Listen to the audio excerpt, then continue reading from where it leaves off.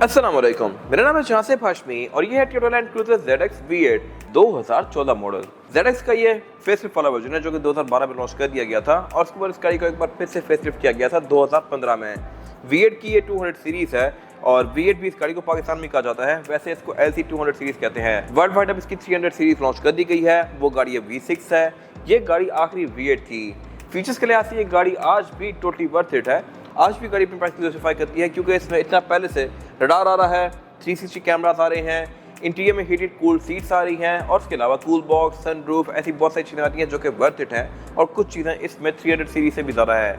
वो सब क्या है मैं कवर करूँगा आगे जाके। फिलहाल अगर बात कीजिए इस गाड़ी की प्राइस की तो इसकी डिमांड 3 करोड़ 20 लाख है। ये इस्लामाबाद रजिस्टर्ड है, 2 डिजिट नंबर है इसका और ये साइकिल मोटरस्पोर्ट के पास अवेलेबल है। ये गाड़ी है भी टोटल जेन्युइन। अगर आपने इसके बारे में कोई इन्फॉर्मेशन देनी है तो आप दिए गए नंबर्स पे कॉल कर सकते हैं या फिर आप साइकिल मोटरस्पोर्ट को विजिट कर सकते हैं जो कि रावलपिंडी में DH2 के गेट के ऑपोजिट लोकेटेड है। हमारी एक और ब्रांच भी है रावलपिंडी में मरी रोड पे। Overall it's a great SUV and today I am going to review it.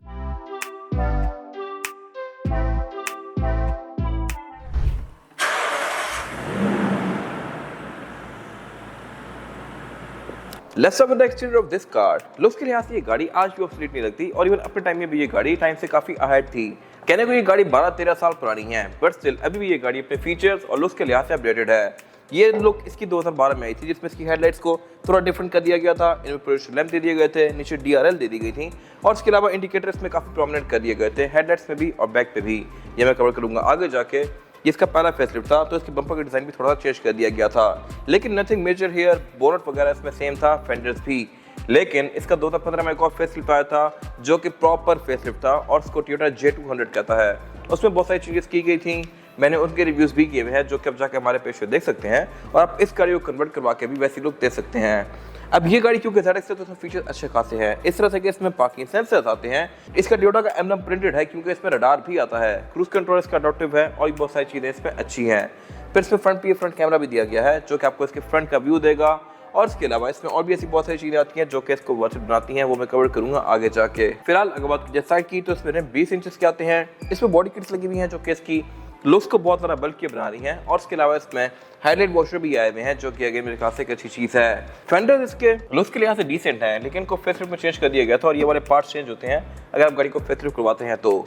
Side mirror इसके सेम टू सेम रहे हैं 2020-21 तक और ये साइड मिरर फीचर्स के लिहाज से भी अच्छे खासे इक्विप्ड हैं। इस तरह से कि इनमें नीचे कैमरास दिए गए हैं जो कि आपको इसकी साइड्स का व्यू देंगे या पडल लैंप्स हैं यानी कि तेज रोशनी सेंस करके ऑटोमेटिकली डिम हो जाएंगे और बाकी एडजस्टेबल रिट्रैक्टेबल वगैरह तो हैं ही। और अगर बात की जाए इसका एब्सोल्यूट साइड प्रोफाइल की तो साइज के लिहाज से ये एक फुल साइज SUV है, लेकिन इसमें एक चीज़ एक्स्ट्रा आती है एज कम्पेयर टू 300 सीरीज और वो है हाइट कंट्रोल। आप इसको रेस ऑल ओवर कर सकते हैं, ये चीज़ 300 सीरीज में खत्म कर दी गई है। अब यहाँ पर डिफरेंसेस क्या है, 200 सीरीज में जब इसका सेकंड फेसलिफ्ट आया था 2015 में तो उसके डोर हैंडल चेंज कर दिए गए थे और इसके अलावा इसकी जो गार्निश है साइड से ये चेंज कर दी गई थी।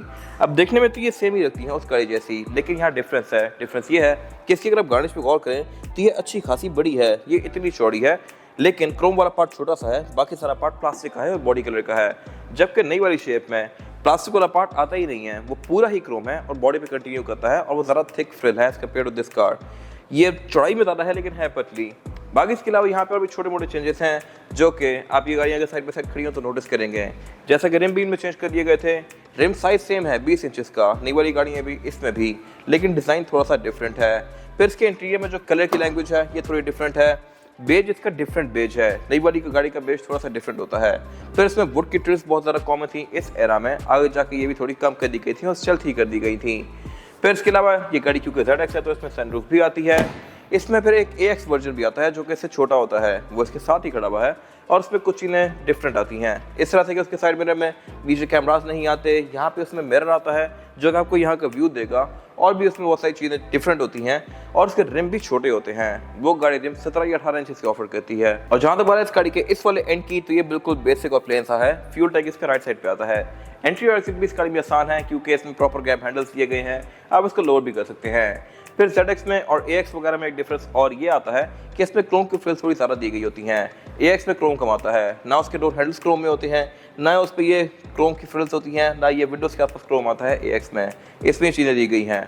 फिर इसके अलावा रूफ फ्रिल्स की ये है ब्लैक, लेकिन इसमें कुछ और वर्जन आते हैं, जी फ्रंटियर हो गया या फिर 50th एनिवर्सरी वाला वर्जन, उन गाड़ियों की रूफ रेल्स क्रोम में आती हैं। तो बेसिकली अगर आप किसी V8 की रूफ रेल्स क्रोम में देखें तो आपको आइडिया हो जाना चाहिए कि ये गाड़ी थोड़ी स्पेशल है as compare to normal outgoing cars. और जहाँ तक बात है इसके रेयर एंड की, तो यहाँ भी कुछ डिफरेंसेस है फेसलिफ्ट के बाद। वो ये था कि इसके टेल लाइट्स में ये इंडिकेटर बहुत ज़्यादा प्रोमिनेंट कर दिया गया था। पहले वाली गाड़ी में ये 2 रिंग्स से इंडिकेटर नहीं था।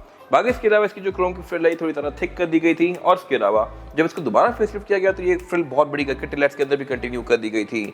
बाकी ये गाड़ी क्योंकि ZX है तो यहाँ पे अच्छा खासा ZX का बड़ा सारा बैच आता है, और यहाँ पे डिस्टिंक्टिव चीज़ ये है कि ZX में टेलगेट पावर्ड आता है। अनलॉक करें भी ऑल द वे अप जाएगा लाइक दिस, और ये है भी स्प्लिट में, यानी कि इसको पूरा पोर्शन ऊपर जाता है अलग से, नीचे वाला पोर्शन अलग से नीचे आता है। इसको आप मैनुअली ओपन करेंगे।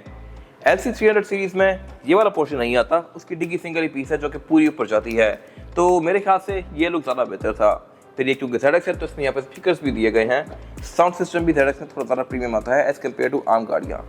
फिर इसके अलावा ये गाड़ी एक प्रॉपर 7 सीटर SUV है, तो इसमें 3rd रो सीट्स दी गई हैं जिनको आप इलेक्ट्रॉनिकली रोल अप कर सकते हैं, रोल डाउन आप इनको हाथ से करेंगे। और अगर अपने ट्रंक कैपेसिटी को और ज़्यादा स्पेशियस बनाना है तो फिर आप इसकी 2nd रो सीट्स को भी फोल्ड कर सकते हैं। बाकी इस टेलगेट की मैं हाइट को एडजस्ट भी कर सकता हूँ, और इसके अलावा इसको इंटीरियर में जाकर डिसेबल भी कर सकता हूँ। बाकी इसमें यहाँ पे वाइपर वॉशर वगैरह सब कुछ नॉर्मल दिया गया है। बाकी ZX में बैक पे डुअल एग्जॉस्ट आते हैं, सिंपल गाड़ियों में एक ही एग्जॉस्ट आता है। और अगर आप इस गाड़ी को फेसलिफ्ट करवाते हैं तो डिग्गी का ये वाला पोर्शन चेंज होता है, जबकि विंडशील्ड पुरानी ही यूज होती है। फेसलिफ्ट के बाद इसको काफी हद तक चेंज कर दिया गया, लेकिन ये लुक भी बिल्कुल ऑब्सोलीट नहीं लगता। और ये स्पेसिफिक गाड़ी बिल्कुल ब्रांड न्यू कंडीशन में है। इंटीरियर भी इसका टोटल जेन्युइन है, बाहर से भी ऑब्वियसली गाड़ी बिल्कुल जेन्युइन है, कोई ऑल्ट्रेशन नहीं की गई इसमें, क्योंकि ये ऑब्वियसली है भी ZX है, उसमें फीचर्स पहले ही अच्छे खासे आते हैं। ये सब मैं कवर करूंगा आगे जाके। फिलहाल अगर बात कीजिए कलर टोन की, तो ये बेज विद ग्रे है, और इसके अलावा इसमें वुड की ट्रेस बहुत ज़्यादा दी गई है जो कि इसकी लुक्स को और ज़्यादा प्रीमियम बना रही है। स्टीयरिंग व्हील इस गाड़ी में हीटेड आता है, इसकी वाली ग्रिप्स गर्म होती हैं, और इसके कंट्रोल्स इस एरा में यहाँ राइट पे दिए गए थे। फेसलिफ्ट के बाद हीटेड स्टीयरिंग का कंट्रोल यहाँ पे आ गया था। और बाकी फीचर्स के लिहाज से भी गाड़ी उतनी ही लोडेड है जितना कि नई वाली 200 सीरीज है। कुछ छोटी मोटी चीजें कम है, लेकिन मेजॉरिटी सारी चीजें यहाँ पूरी हैं। फिलहाल अगर बात की जाए इसके स्टीयरिंग व्हील की, तो जैसे ही मैं स्विच ऑफ करता हूँ तो ये एडजस्ट करता है, क्योंकि इसमें मेमोरी फंक्शन आता है स्टीयरिंग में भी और सीट में भी। फिर ये स्टीयरिंग व्हील है तो प्री फेसलिफ्ट वाला, लेकिन यहाँ पे रडार के कंट्रोल्स भी दिए गए हैं, क्रूज कंट्रोल भी दिया गया है जो कि एडाप्टिव है, और इसके अलावा इसकी फील भी काफी डिसेंट है। हेडलाइट्स भी ऑटोमेटिक आती हैं, यानी कि ये डे और नाइट को सेट करके ऑटोमेटिकली ऑन और ऑफ होंगी।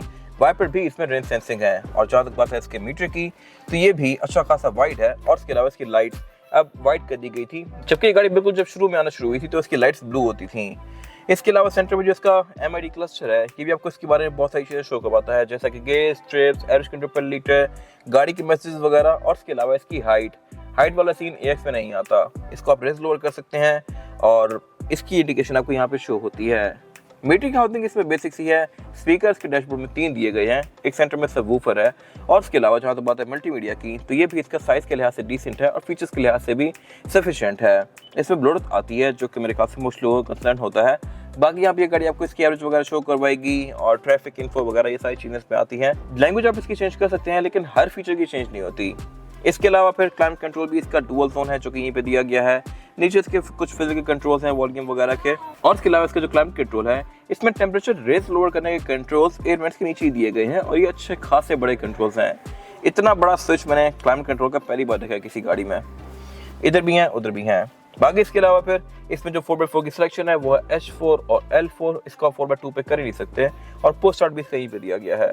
बाकी इसमें जो गियर सिलेक्शन है वो है PRND, और स्पोर्ट्स मीटर के आप इसको मैनुअली भी चला सकते हैं। बाकी इसके गियर के लेफ्ट साइड पे फिर एक और कंट्रोल पैनल दिया गया है, जहाँ पर सबसे पहले कंट्रोल जो है इसके वो है इसकी फ्रंट सीट्स के। फ्रंट दोनों सीट्स इसमें हीटेड भी हैं, वेंटिलेटेड भी हैं। रेड सीट्स भी इसमें हीटेड है, बट इसकी स्विचेस इंटरेस्टिंग है। इस तरह से मैं इसको प्रेस करता हूँ तो ये ऊपर निकल आएगा, और अब मैं इसको ट्विस्ट करके इसकी हीटेड या कूल्ड सीट्स को एंगेज कर सकता हूँ। फिर इसके अलावा पीछे इसका multi terrain system, crawl control वगैरह दिया गया है, हाइट कंट्रोल के स्विचेस दिए गए हैं, और फेसलिफ्ट के बाद ये पूरा ही एरिया वुड की बजाय सिल्वर में कर दिया गया था। कप होल्डर इसमें 2 ही आते हैं, और इसके अलावा सेंटर कंसोल में इसका कूल बॉक्स दिया गया है। ZX में भी कूल बॉक्स ऑप्शनल होता है, इस गाड़ी में फीचर लिया गया है, यानी कि ये फुली इक्विप्ड है, और इसमें आप अपनी ड्रिंक्स को रख के अगर इसको ऑन कर देंगे तो ड्रिंक्स ठंडी रहेंगी। फिर इसके अलावा सीट्स भी इसकी लेदर की फिनिश में है, ये जेन्युइन सीट्स हैं और अभी भी बिल्कुल अपनी हालत में हैं। ये पे परफोरेटेड भी हैं, इन पंच होल्स से आप पे हवा आती है, और इसके अलावा ये सीट्स इलेक्ट्रॉनिकली एडजस्टेबल हैं। ड्राइवर की सीट में मेमोरी फंक्शन भी दिया गया है। विंडोज ड्राइवर की चारों ही विंडो इस गाड़ी में चारों ही सिंगल टैप वाली हैं। डोर हैंडल्स ZX में क्रोम में आते हैं, और इसके अलावा यहाँ पे और भी काफी सारे डिसेंट फीचर्स दिए गए हैं। फिर इसके अलावा वैनिटी मिरर इसमें ड्राइवर पैसेंजर दोनों के लिए है। दोनों के लिए ही लाइट्स भी आती हैं जो कि ऑटोमेटिकली ऑन और ऑफ होती हैं, और इसकी रूफ में सनरूफ भी दी गई है। ये चीज़ भी हर गाड़ी में नहीं आती, इसमें है। एयरबैग भी ये गाड़ी अच्छे खासे ऑफर करती है। बाकी यहाँ पे cable lights, sun glass holder वगैरह दिया गया है। रियरव्यू मिरर इसका ऑटो डिमिंग फीचर के साथ है। और अब अगर बात की जाए इसमें रेयर पैसेंजर्स के लिए सीटिंग कैपेसिटी की, तो ये भी डिसेंट है। यहाँ पे क्लाइमेट कंट्रोल का जो डिस्प्ले है ये ग्रीन है। अगर ये मेरे ख्याल से व्हाइट हो तो ज़्यादा बेहतर था। फेसलिफ्ट के बाद इसको व्हाइट कर दिया गया था। फीचर्स यहाँ पूरे ही हैं। बैक पे 2 क्लाइमेट कंट्रोल की जोन्स दी गई हैं और एयर सीट्स भी हीटेड है। इस एरा में जो मल्टीमीडिया आता था वो यहाँ पे नहीं आ रहा था। यहाँ पे ऊपर एक ही स्क्रीन दी गई है जिसको मैं आगे वाली स्क्रीन से ओपन कर सकता हूँ। आगे ही कंट्रोल दिया गया है बैक की स्क्रीन का, और यहाँ पे बैठ के आप फिर इसका मीडिया एंजॉय कर सकते हैं। इसके साथ एक रिमोट भी आता है जैसे आप इसको यूज कर सकते हैं। और इसके अलावा कैमरा लाइट्स इसमें यहाँ पे 2 दी गई हैं इंडिविजुअल। बाकी फिर एक और बड़ी लाइट है जो कि आप आगे से ऑन कर सकते हैं। इसके अलावा बाकी इसमें एयर वेंट्स अच्छे खासे हैं। ऊपर यहाँ पे एयर वेंट दिया गया है, सेंटर में एयर वेंट्स दिए गए हैं और पाँव पे भी एयर वेंट्स हैं। फिर आपके सर के ऊपर भी यहाँ पे स्पीकर्स दिए गए हैं जो कि आपकी साउंड एक्सपीरियंस को बहुत ज़बरदस्त बनाते हैं। डोर्स में इसके एम्बिएंट लाइटिंग नहीं आती थी, इस एरा में फेसलिफ्ट के बाद दे दी गई थी। और इसके अलावा स्पीकर्स यहाँ पे अच्छे खासे हैं। डोर्स में स्पीकर्स तो हैं ही, ऊपर ट्वीटर्स भी हैं। और इसके अलावा यहाँ पे एस्ट्रेस भी दी गई हैं क्योंकि इस एरा में एस्ट्रेस भी बहुत ज़्यादा इन थी। आप इस टाइम की कोई भी गाड़ी देखें उसमें आपको एस्ट्रेस बहुत मिलेगी। बाकी इसके अलावा फिर इसका ये सेंटर वाला एरिया पूरा ही फोल्ड होता है, जिसको मैं इस तरह से आई करके इसके कप फोटो एक्सेस कर सकता हूँ। लेकिन नई वाली गाड़ी में ये एरिया थोड़ा डिफरेंट कर दिया गया है। सेंटर से एक पोर्शन निकलता है, पूरा नहीं ओपन होता। ये मेरे ख्याल से एक अच्छी चीज़ है। बट यहाँ पे ये ऐसे ही था, मैं अब यहाँ से इसकी डिग्गी भी एक्सेस कर सकता हूँ। इसके अलावा इसमें बैक पे एयर बैग्स भी दिए गए हैं, सीट बेल्ट दी गई हैं, आइसोफिक्स के पोर्ट्स दिए गए हैं। और अब अगर बात कीजिए इस गाड़ी के इंजन की, तो इंजन इसमें 3 में ऑफर होते हैं। एक 4.6 लीटर जो कि ये इंजन है। इसमें पहले 4.7 लीटर पेट्रोल भी आता था लेकिन वो प्री फेसलिफ्ट तक था। फिर इसके अलावा इसमें 5.7 लीटर V8 वाली गाड़ी भी आती है लेकिन वो बहुत रेयर होती है और यूजुअली वो गल्फ कंट्रीज में देखने को मिलती है आपको। उसमें इंजन RX 570 वाला आता है। खैर ये गाड़ी 4.6 है। पावर के लिहाज से ये भी सफिशिएंट है और ये गाड़ी 284 हॉर्स पावर प्रोड्यूस करती है जो कि सफिशिएंट है बॉडी साइज के लिहाज से। ये है ऑल व्हील ड्राइव, आप इसको 4x2 पे स्विच नहीं कर सकते। ये गाड़ी 4x4 पे ही रहती है। और बाकी इसके अलावा ट्रांसमिशन भी इसमें 6 स्पीड ऑटोमेटिक है। फिर इसके इंजन की जो ओवरऑल लुक है ये सेम टू सेम वैसी है जैसा कि 2020-21 तक आई, जबकि इससे पहले वाली गाड़ी के इंजन की जो ओवरऑल कवरिंग थी वो डिफरेंट थी इससे 4.7 वाली गाड़ी की। फिर इसमें ABS, traction control, drive modes, height control ये सब आता है जो कि इसकी राइड को बेहतर बनाता है। और अगर बात कीजिए एवरेज की, तो गाड़ी आपको 5 से 6 किलोमीटर पर लीटर तक की देगी जो कि ठीक है बॉडी साइज के लिहाज से। बाकी मेंटेनेंस के लिहाज से ये इंजन आपको बिल्कुल तंग नहीं करेंगे। और इसके अलावा पार्ट्स भी इसके सोर्स करना काफ़ी ईजी है। बॉन्ड इसका हाइड्रोलिक से ओपन होता है। यहाँ प्रॉपर इंसुलेशन भी दी गई है। और अब अगर बात कीजिए इस गाड़ी के टायर साइज की, और टायर साइज ऑफर करती है V8 कंपनी से, ये है 285, 50 और 20। इसमें 20 इंचेस का रिम है, 20 इंचेस का टायर है जो कि मिशेलिन का है और एक काफी अच्छा टायर है। कंडीशन के लिहाज से टायर तकरीबन 70% रिमेनिंग है और आपको तकरीबन 30 से 1000 किलोमीटर और एक अच्छी राइड प्रोवाइड करेगा। फिर ZX में ऑल व्हील डिस्क ब्रेक आती है, ABS भी आता है, ट्रैक्शन कंट्रोल भी आता है, ड्राइव मोड्स भी आते हैं और मल्टी टेरेन सिस्टम भी आता है जो कि इसकी राइड को बहुत अच्छा बनाएगा। बाकी स्टीयरिंग इस गाड़ी में हाइड्रोलिक आता है, पावर स्टीयरिंग नहीं आता। और इन गाड़ियों में मोस्टली आपको ये देखने को मिलेंगे। इसमें क्योंकि हाइट कंट्रोल है तो मैंने ये गाड़ी काफ़ी ड्रॉप की हुई है और ड्रॉप करने से इसकी लुक्स बहुत मीन आती हैं, मज़ेदार किस्म की आती हैं। ये था आज का रिव्यू। अगर आपको रिव्यू पसंद आया है तो इसको लाइक कीजिए, मेरे चैनल को सब्सक्राइब कीजिए और अगर आपके पास इस गाड़ी से रिलेटेड कोई भी राय है तो उसको कमेंट सेक्शन में शेयर जरूर कीजिएगा ताकि वो लोग जो ये गाड़ी लेने वाले हैं वो आपकी राय से फ़ायदा उठा सकें। अपना ख्याल रखिएगा। Thank you.